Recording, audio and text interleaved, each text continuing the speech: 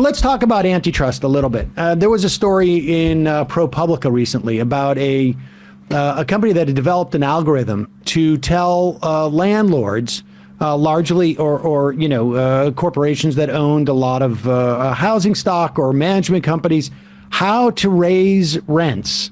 That is a little bit counterintuitive to what a landlord would do, and certainly more heartless than landlords. And it found that over the course of X number of years, rents have gone up exponentially because of this algorithm. And there was some question about it being like, an antitrust issue, because if you replace the words, algorithm with, a guy named Bob, if the guy named Bob tells all of these people who own all these apartments, raise the rents, there's some collusion there. There's some price fixing. How is there an antitrust issue associated with, McKinsey people entering into an industry, even though they're going for competitors? If they're all following a certain approach, does there become antitrust implications there, Michael?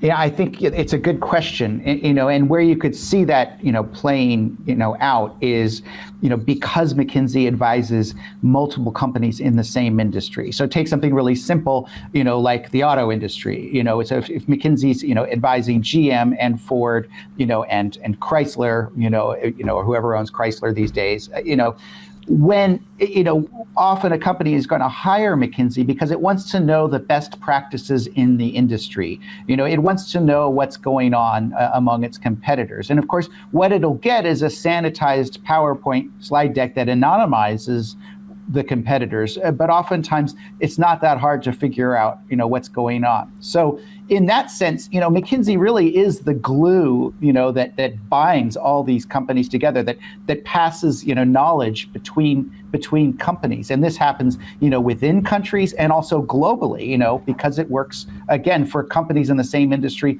all over the world. So you can see how McKinsey, could really be a challenge to antitrust, officials, to the antitrust, organization.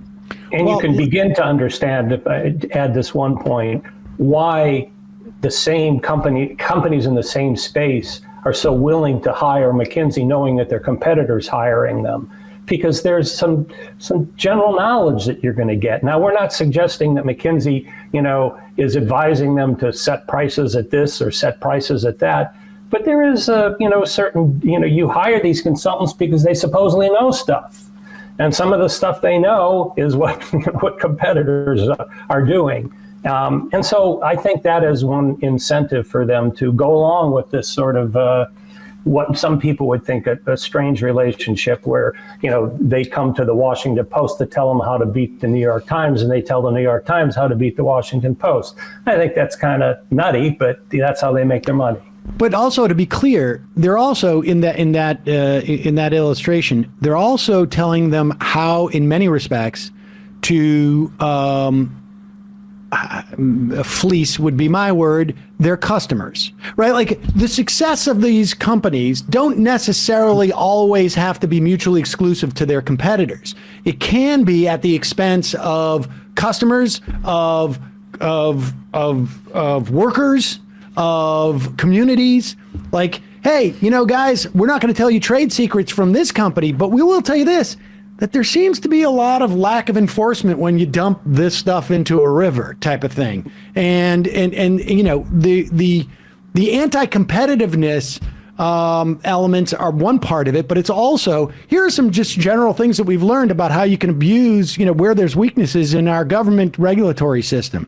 So with that said, Walt, what if I was inclined, if I became, president or, let's say, or a dictator, and I was interested in regulating this, under what auspices, where could I regulate? I mean, I can see some problems with hey, you know what? I don't want McKinsey working for our conductor chip manufacturers and then going and working for Chinese ones necessarily. Like, there may be some national security issues that I have, and there seems to be some framework for that. I don't know that it's exercised at all. But what else could we do domestically to say, like, this type of consulting is fundamentally problematic for American society, and under the auspices of these statutes or this, we're going to regulate in some fashion? Well, we could begin with more disclosure and more transparency so that the public can see what they're doing and could judge it and could, make suggestions and criticize it. That's where you begin. And that could lead then to government deciding whether there are proper ways to oversee these guys. I think it's strange that, with that kind of power, that the government has shown no interest in overseeing them. I guess I can understand. I mean, is it strange? You got like Cotton, right? Was a McKinsey guy. Buttigieg is a good McKinsey guy. I mean, we don't even know. It's quite possible there may be others that we're not even aware of on some level, right? Maybe you work for McKinsey, possibly. Who knows? Maybe Mike. No, we don't know what to tell you. We don't know that. But when you say more transparency, do we have any type of regulatory or statutory basis in which to say to McKinsey, can the FTC go to McKinsey and say, like, we need to have more disclosure? Could the SEC go and say, are they a publicly traded company? I mean, how would we go about to get that level of transparency? Or is it just like, please, guys, tell us more? Or do we need it from folks like you? I mean, there is some transparency. It's really hard to sort through. And that's when, if there's a government contract and McKinsey's getting a government contract, then there is some level of disclosure. But, Walt and I have been trying to get more information from, more visibility on what it's doing with the government for years. It's really hard. And it's not just a problem in the United States. This is a problem around the world in McKinsey's work, with governments around the world. So that's really difficult to get in, even with government work, to understand, what exactly McKinsey's doing with all these agencies.